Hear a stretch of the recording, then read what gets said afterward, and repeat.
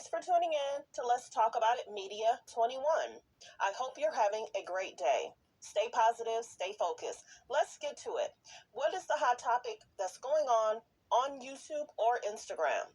Copyright disclaimer. Under Section 107 of the Copyright Act of 1976, allowance is made for fair use for purposes such as criticism, comments, news reporting, teaching, scholarships, and research. Fair use is use permitted by copyright statute that might otherwise be infringing. All comments are alleged, in our opinion, and for entertainment purposes only. Don't forget, the Cash App is Let's Talk About It Media. Thank you for all your love and support. So don't forget to like, to comment, but be kind, and also turn on the notification bell. If you don't want to leave a comment, that's fine. You could always leave a thumbs up, a heart, a rose, any and everything helps the page. Let's get to it. Let's talk Shannon Sharpe and Godfrey. I really enjoyed the interview. He does a lot of great impressions, and he really does a really great job. He really does. He sounds like a lot of the people he's talking about. And I'd say he probably did maybe about 10 to 15 impressions, maybe 10. But he did a really good job. One of my favorites is the Steve Harvey because he gets the W's right. He talked about the industry. He talked about how often he would do comedy shows, almost 35 to 40 a week. Because of how New York was set up, these guys would just go out to these comedy shows and just do a bunch of shows, 5 shows a night. Sometimes he says is 8 to 9 shows on the weekends. That's a lot. So I'm sure over the years he made some decent money. He is wanting to get on the bigger screen, like a Netflix, something premiering. And then, Shannon Sharpe was kind of like, do your own thing. And he's like, yeah, I've set up a GoFundMe. He's like, what? He's like, yeah, I'm serious. Because it takes a lot of money to do it the way I'm seeking to do the things I want to do. And I just wish Netflix would take and just do like 5 different great comedians that's been in the business for 10 years. And every year you get a different set of comedians.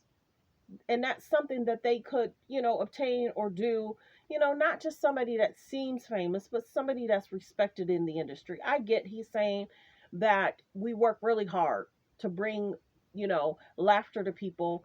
And he was like, some of these people that are on these platforms, TikTok, whether it be TikTok, YouTube, they think that it's an easy situation to do. And he said, I've seen people that's been in the business less than 2 years get backing to have something on Netflix. And I get Shannon Sharpe was like, man, you just got to keep grinding. He's like, yeah, I am. He said, I'm putting myself out there. He had also talked about how his Instagram, he had almost 800K, close to 1 million, 800 900K, and his Instagram got deleted because people were kind of going back and forth with him. And that's something you got to remember. Certain platforms are not going to let you respond. You have to just ignore the messages. You can't go back and forth with people. You have to keep the positive vibe, whether people are being mean or rude. Some people are just rude anyways. They just want somebody to be rude to. So he talked about he had to recreate a new Instagram. He talked about the different people he worked with in the industry, some of the great advice he gave out was given to him by different people. He talked about, and he thanked a lot of people. He really did. And he kept, shout out to this person, shout out to this club, Comedy Center. He shouted out a lot of people. He had talked about being in a long relationship it was a while ago. He talked about that ended. She didn't want kids. He doesn't have any kids. He's not married. He talked about being on Wilding Out for 3 seasons.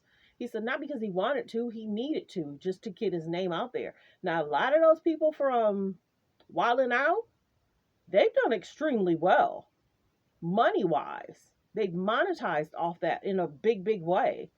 He talked about being on Wilding Out, and he was like, Nick, I don't want to be doing that, no ABCs. I don't want to be, he said, no, we can change it up a little bit. That's a little bit, tailored to what you're seeking for an older crowd. What else?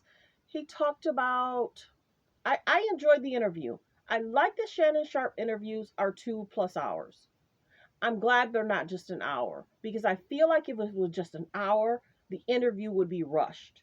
So all the people that's sitting on that couch, they can freely speak, not be rushed. He can ask the proper questions. How did you get your start? He talked about some girl had wrote down some of his jokes. He's like, yeah, and she was like, here, and she was like, he was like, what is this?